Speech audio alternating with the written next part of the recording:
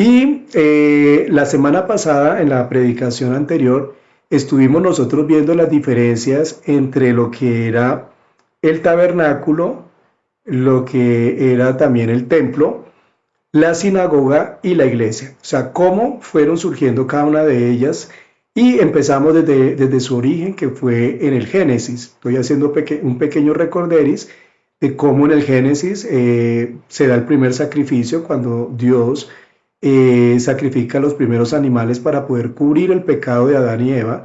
Y luego vemos nosotros con con Caín y Abel, cuando ellos van a ofrecerle a Dios, porque creemos firmemente que por enseñanza de sus padres, eh, aprendieron a que había que honrarle a Dios con lo que ellos, con su trabajo, con lo que ellos hacían, y cada uno le ofreció a Dios de lo que ellos hacían. El uno era pastor de ovejas, el otro era agricultor, y pues a Dios le agradó más la ofrenda que presentaba Abel, y Caín por celos pues mata a Abel, y allí encontramos al primer mártir en la historia de la humanidad. A partir de allí vemos que hay un lapso de tiempo donde digamos que se pierde un poco allí la conexión con Dios por toda esta situación, y entonces ya es cuando el pueblo de Israel se encontraba en Egipto. Se envía a Moisés para liberar al pueblo de Israel que se encontraba en Egipto esclavo por más de 400 años, y Dios, por intermedio de Moisés, establece unas reglas para que el pueblo vuelva otra vez a encontrarse con Dios. Ya ese pueblo se había contaminado con Egipto, había tomado, adquirido las costumbres y cultura de Egipto. Entonces era como que Dios quería establecerse nuevamente con su pueblo, y es por eso de que le ordena a Moisés de que construya un tabernáculo. Le da todos los elementos, las dimensiones y todo esto para que allí se establezca el primer tabernáculo. Y recuerden que tabernáculo en el hebreo significa lugar o morada de Dios, o sea, donde iba a habitar la presencia de Dios. Entonces allí se establece toda una cantidad de reglamentos, de cultos. O sea, allí se presentaban los sacrificios, las personas tenían que llevar allí pues animalitos, sobre todo cabritos y animalitos, digamos, como una forma de expiar el pecado. Se establecieron unos sacerdotes. Bueno, todo eso ustedes lo pueden encontrar en Éxodo, en Levítico, todas las ordenanzas y todo el reglamento de cómo se debía dirigir el tabernáculo. Y allí entonces se ofrecían los sacrificios para expiar el pecado, y también se llevaban los diezmos, las ofrendas y todo esto que se tenía que ver con el culto, pues en el tabernáculo, ¿no? Que las personas buscaran la presencia de Dios y supieran de que la presencia de Dios estaba en ese lugar. Luego de esto pasa mucho tiempo y el rey David es el que viene a ser como inspirado por el Espíritu Santo y anhela y desea pues darle un lugar mucho mejor del que se encontraba en el tabernáculo, porque el tabernáculo era una tienda que se transportaba de lugar a lugar porque pues eran nómadas en ese tiempo, y ya en el tiempo de David pues ya digamos que se empezaron a convertir en sedentarios, ¿no? Ya se convirtieron allí en lugares, ciudades pues ya establecidas. Y entonces aquí David, pues él en su anhelo, en su corazón, quiere construir ese templo, pero Dios no le permite que lo haga él, por cuanto él tenía sus manos manchadas de sangre, y así que él le permite es que sea su hijo Salomón el que pueda construir el templo. David le deja completamente todo organizado, los materiales y completamente todo, y Salomón es el que construye el primer templo. En el primer templo se hacía prácticamente lo mismo que se hacía en el tabernáculo, pero ya de una forma mucho más suntuosa, mucho más grande. Bueno, eh, de allí este templo es derribado por los babilonios, y Herodes el Grande reconstruye el segundo templo. Vuelve a haber una reconstrucción del segundo templo, y ese templo se mantiene mientras que se encuentra, cuando se destruye el templo. En ese periodo, pues, en la necesidad del pueblo de Israel de continuar haciendo lo que ellos hacían, de llevar los holocaustos, de presentar pues sus sacrificios, de llevar pues sus diezmos, sus ofrendas, y que también igual en el templo pues se leía la palabra. Entonces donde crean las sinagogas se convirtieron como unas escuelas donde ellos iban a estudiar la palabra y también se convirtió en el lugar donde se reunían, llevaban sus sacrificios, llevaban sus diezmos, sus ofrendas, hacían todo en esas sinagogas que se fueron como, digamos, esparciendo por muchos lugares de Israel. Ya después, cuando Herodes construye el segundo templo, entonces se divide, aquí digamos las tareas.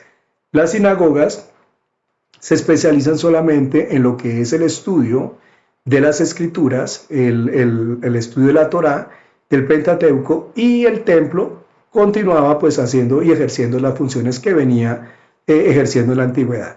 Entonces, hasta ahí en ese momento, cuando está todavía el templo y está la sinagoga, es que aparece nuestro Señor Jesucristo. Jesucristo llega en el periodo donde todavía el templo estaba en pie y existían las sinagogas, y en los 4 evangelios ustedes pueden leer y volver a revivir, porque pues nosotros hemos visto mucho y creo que ustedes también han leído bastante acerca de cómo fue la manera en que Jesús pues iba a las sinagogas, cómo entraba también al templo. O sea, Jesús, él como judío, como un israelita, él siguió las costumbres pues de su nación, de su pueblo.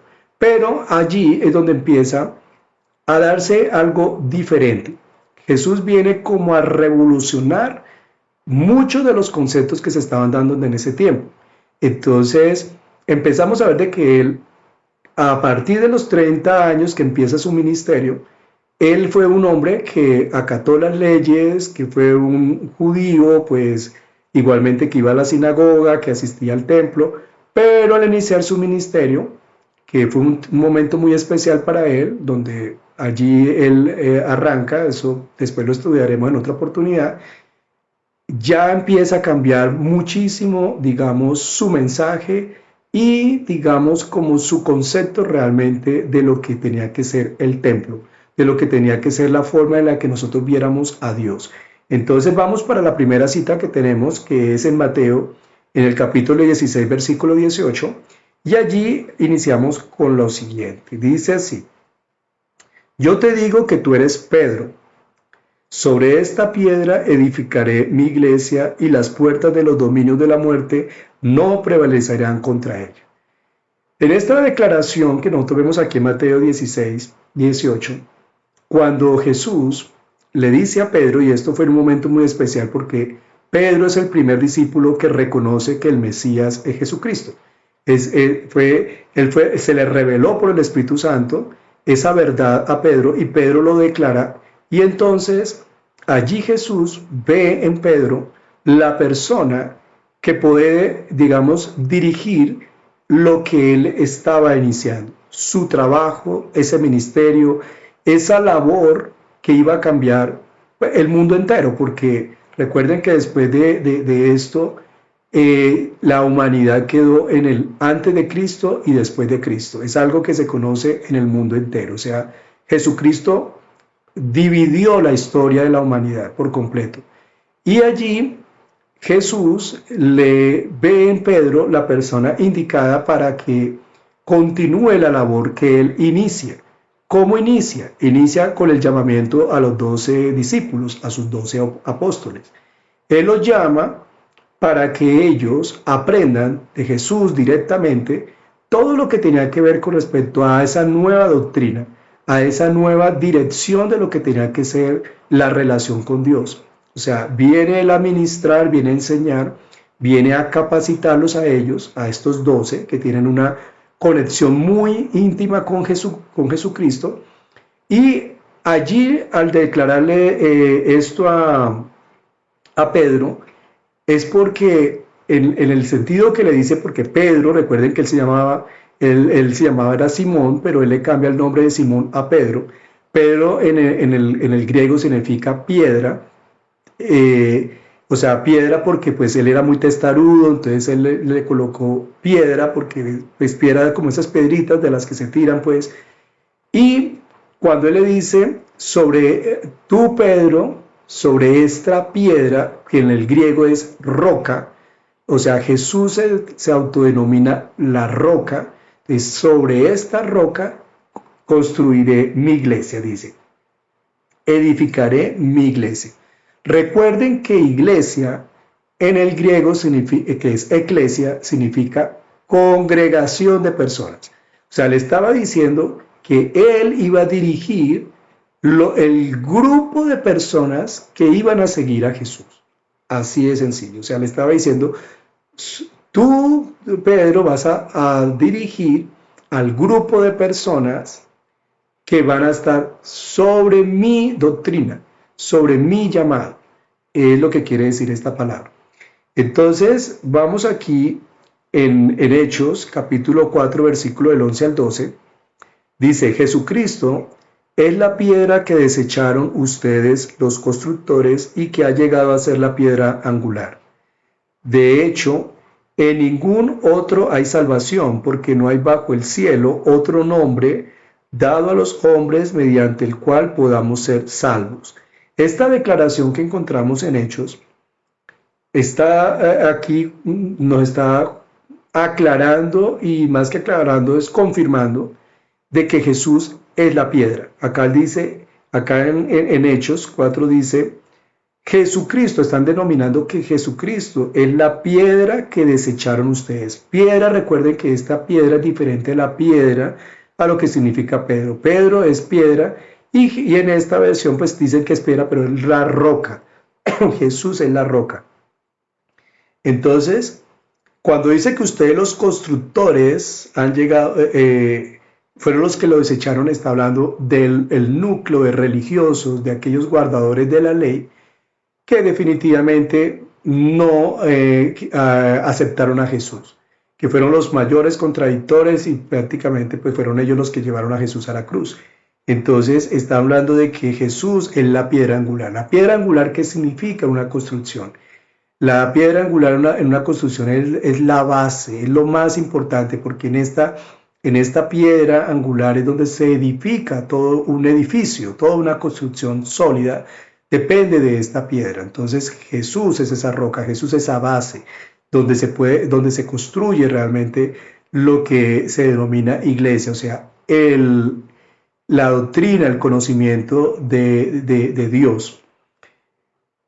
Seguimos acá en Mateo, y dice Mateo capítulo 21, versículo 42 al 43 y 45 dice, les dijo Jesús, ¿no han leído nunca en las escrituras, la piedra que desecharon los constructores ha llegado a ser la piedra angular?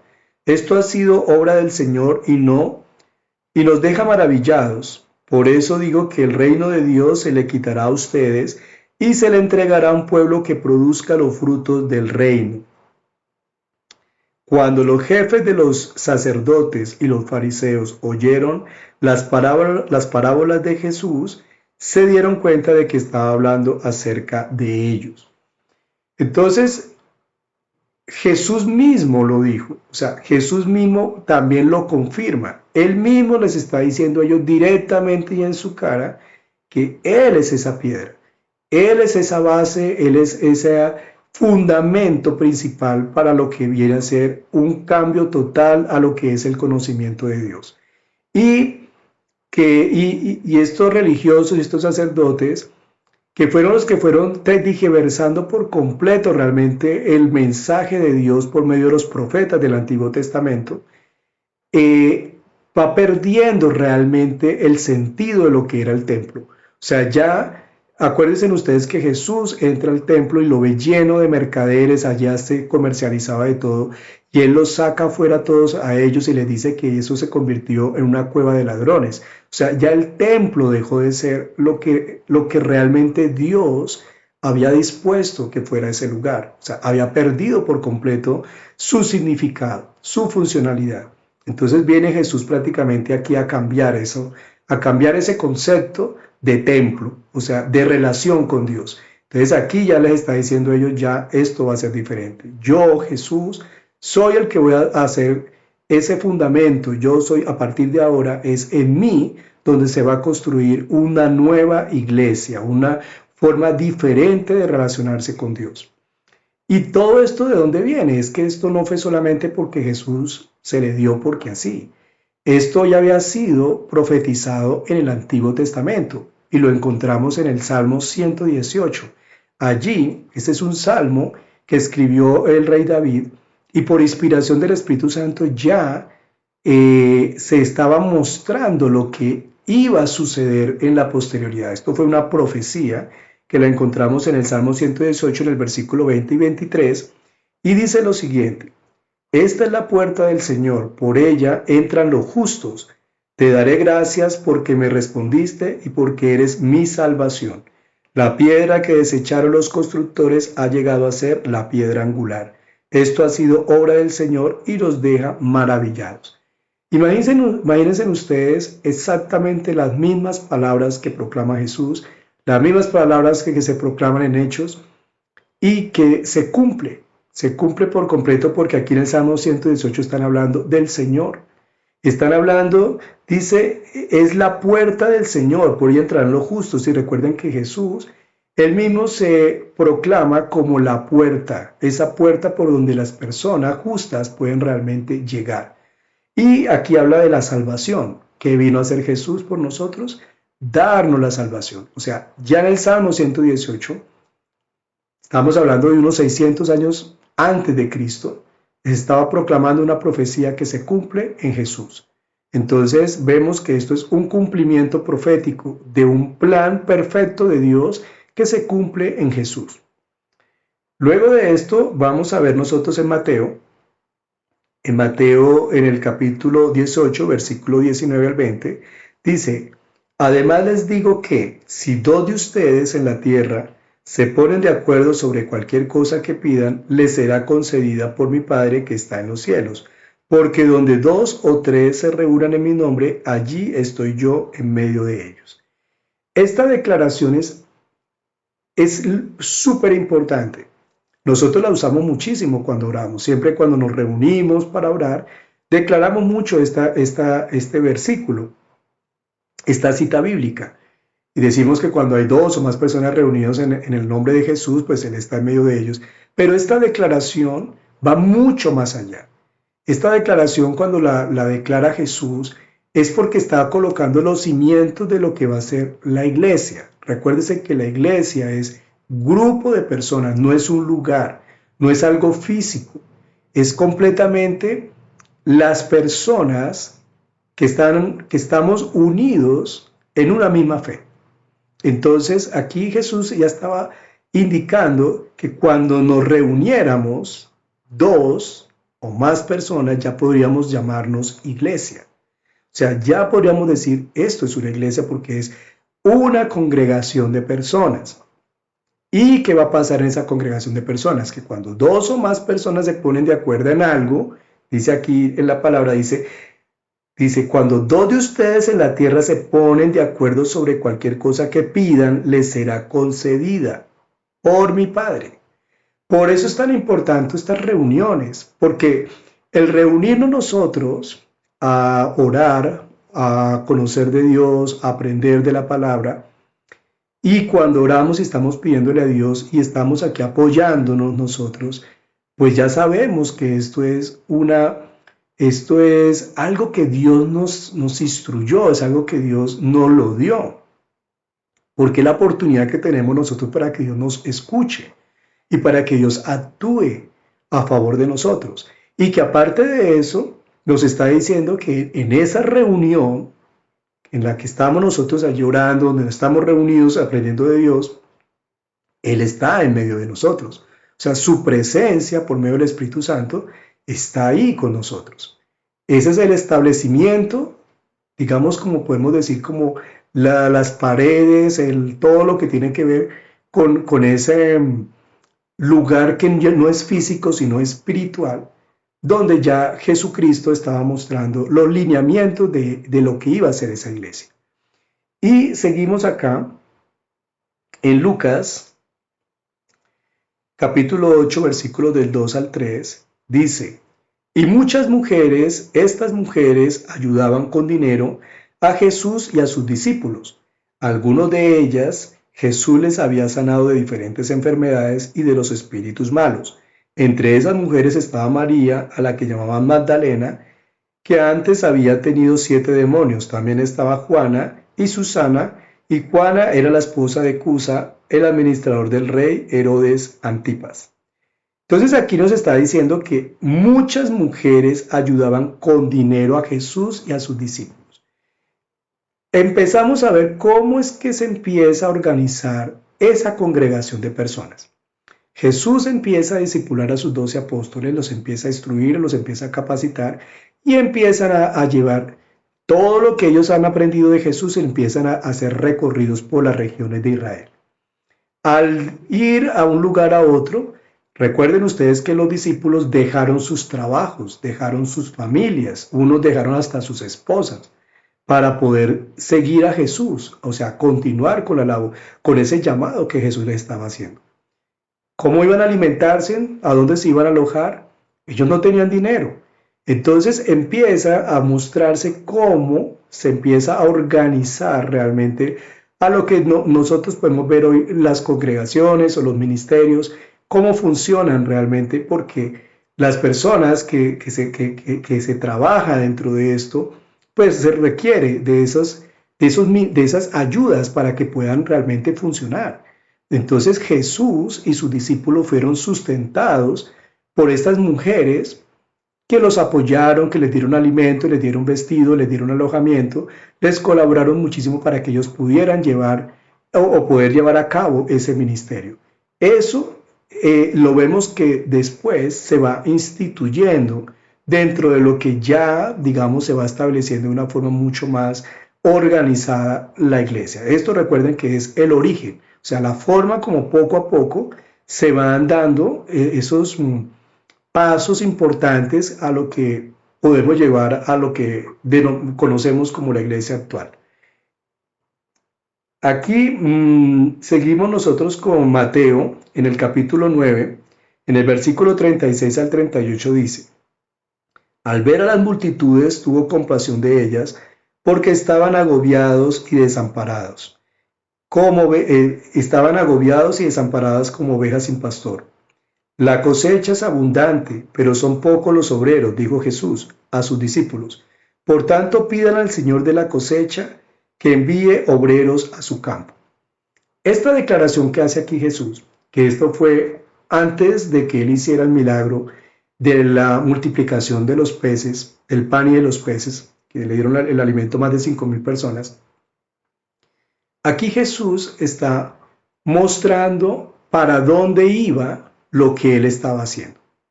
El hecho de lo que él estaba haciendo de enseñar, capacitar a estos 12 hombres que lo entregaron todo para seguir a Jesús, era de que esto iba a ser macro, o sea, que no se iba a quedar con ellos los 12, que esto se iba a ampliar, que esto iba a llegar a algo mucho mayor.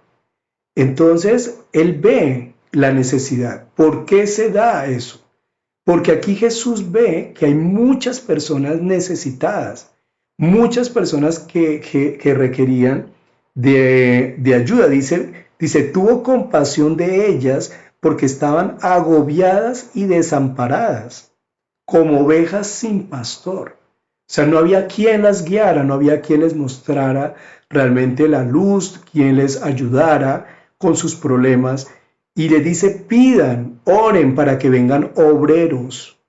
Dice, y dijo a sus discípulos, por tanto, pidan al Señor de la cosecha que envíe obreros a su campo. ¿Quién es el Señor de la cosecha? Jesús.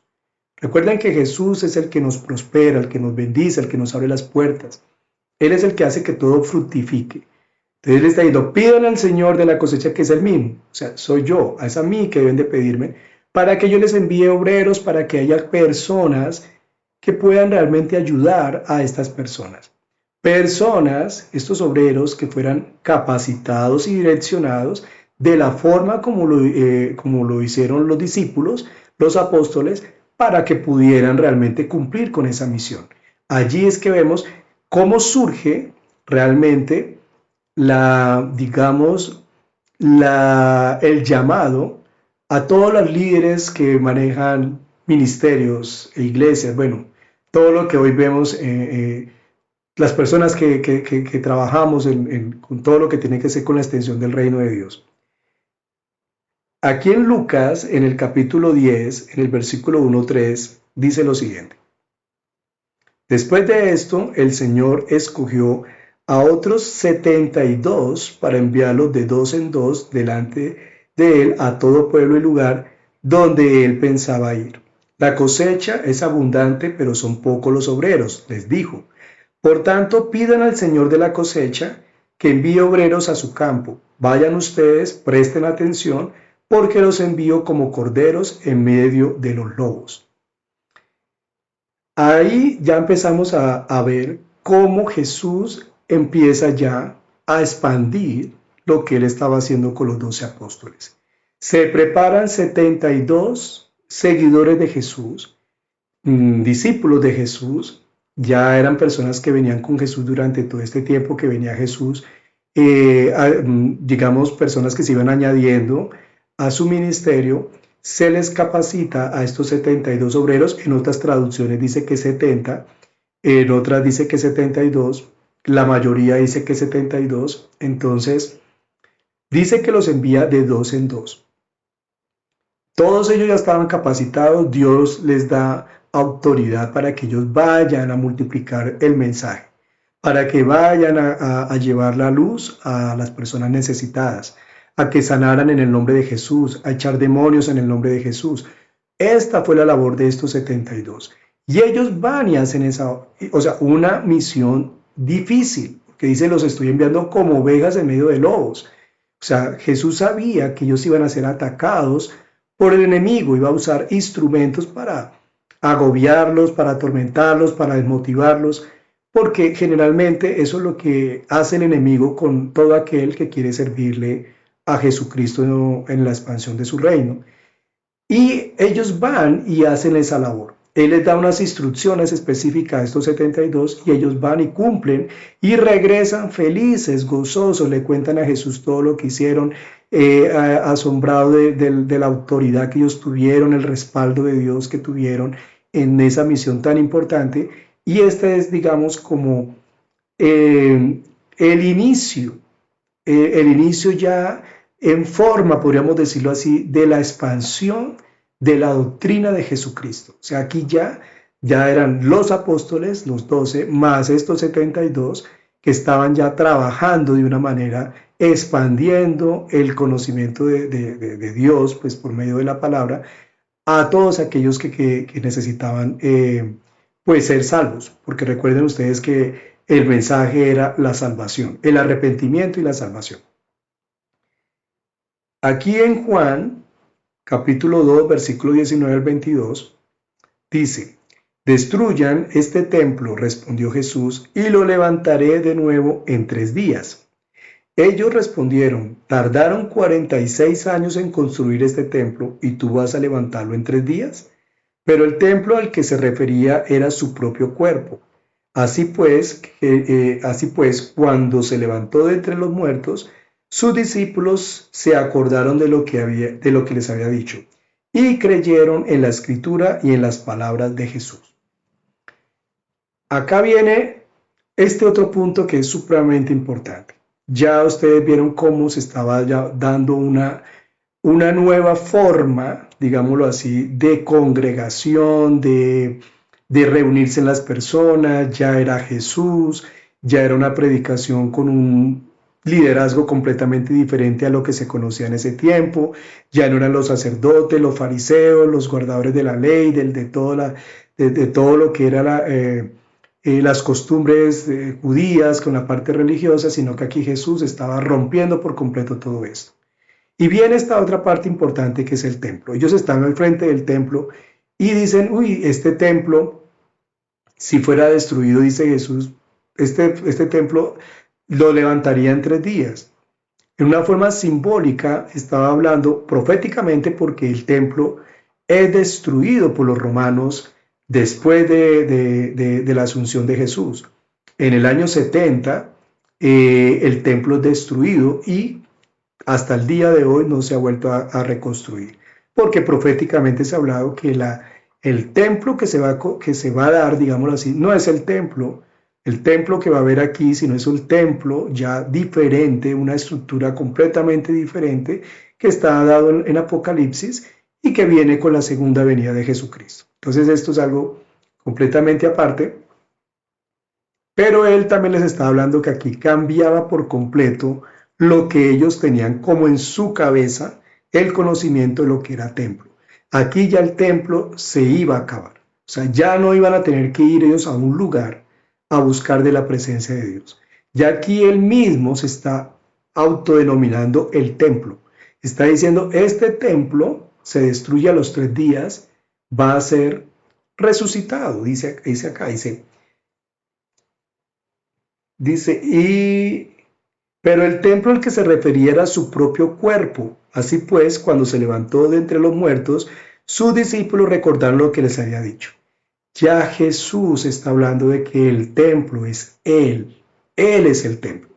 Ya no hay que ningún templo físico en el que se fuera a presentar holocaustos, sacrificios de expiación, de llevar allí ofrendas. No, porque ya era Jesús. Jesús es el templo. Es Él a quien nosotros tenemos que buscar para tener esa conexión, esa comunicación con Dios. Ya nosotros no tenemos que ofrecer sacrificios ni nada, porque Jesús se hizo sacrificio por nosotros. O sea, aquí hubo un cambio total completamente de lo que se había establecido como la ley, como las costumbres religiosas, y ya Jesús está dando una revolución total con respecto a lo que iba a ser el concepto de iglesia.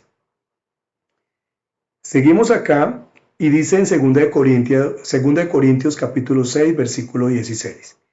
Dice, ¿en qué concuerdan el templo de Dios y los ídolos? Porque nosotros somos templo del Dios viviente. Como Él ha dicho, viviré con ellos y caminaré entre ellos. Yo seré su Dios y ellos serán mi pueblo. Aquí una declaración que habla Pablo, inspirado por el Espíritu Santo, nos está diciendo que nosotros somos el templo. O sea, nosotros somos ese templo. Jesús es ese templo que resucita a los 3 días, porque en Él está el Espíritu de Dios. El Espíritu de Dios es el que lo trae de nuevo a la vida, es el que lo resucita. Ese Espíritu de Dios habita dentro de nosotros también. Por lo tanto, aquí se rompe por completo todo aquello de lo que se denomina templo como tal, como un lugar físico, sino aquí ya somos nosotros. Y cada uno como templo es el pueblo de Dios. Dice, yo caminaré entre ellos. O sea, nosotros los seguidores de Jesucristo somos los que hacemos parte de ese pueblo. Somos nosotros la iglesia, somos aquellas personas que estamos conformando la iglesia, porque acuérdense que iglesia es congregación de personas. Y Él va a caminar con nosotros y Él va a morar con nosotros, dice acá. Dice que Él será nuestro Dios y nosotros seremos su pueblo. Y para terminar, aquí, todavía nos faltan 2 citas. En 1 Corintios capítulo 3, versículo 16 dice, ¿no saben que ustedes son templo de Dios y que el Espíritu de Dios habita en ustedes? Ahí está confirmando nuevamente lo que ya por revelación del Espíritu Santo se da conforme a lo que es el templo. Nosotros somos el templo y Dios habita dentro de nosotros. La presencia de Dios por medio de su Santo Espíritu está dentro de nosotros. O sea, nosotros somos el templo de Dios.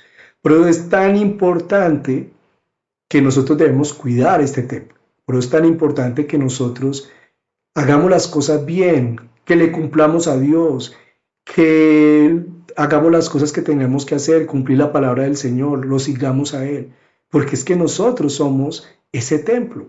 Y lo que hay dentro de nosotros, ese espíritu que hay dentro de nosotros, es el Espíritu de Dios. O sea, por eso es que para nosotros es tan importante mantener nuestra parte espiritual lo más alto posible y dominar esta carne, que es lo que a veces quiere empañar el trabajo que quiere hacer Dios en nosotros. Entonces, y termino repitiendo una cita que ya les había dado, pero que es allí donde se establece lo que tiene que, o sea, volver allí al punto importante de cómo se establece ya la iglesia, que es en Mateo 18, versículos 19 al 20, donde dice que además les digo que si 2 de ustedes en la tierra se ponen de acuerdo sobre cualquier cosa que pidan, les será concedida por mi Padre que está en el cielo, porque donde 2 o 3 se reúnen en mi nombre, allí estoy en medio de ellos. Esa es la manera como ya podemos nosotros que se va a originar lo que es la iglesia.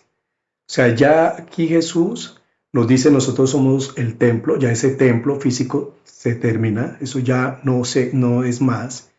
Nosotros vamos a ser guiados y dirigidos por personas que Dios mismo va a capacitar. Él va a enviar esos obreros, los va a capacitar, los va a dirigir, les va a instruir para que hagan la obra de Dios, para que puedan expandir el mensaje de Dios, que es lo que se empezó a hacer en ese momento. Y aparte de eso, se les da esa declaración de que cuando nos reunimos, estamos allí con la certeza de que Él va a estar en medio de nosotros. Él va a estar dirigiendo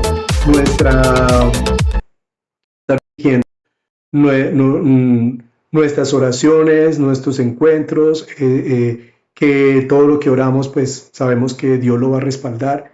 Ahí Él mismo nos los está diciendo. Y es lo que hemos visto nosotros en este ministerio de Brazos Abiertos. Este ministerio de Brazos Abiertos es una iglesia, porque es una congregación de personas.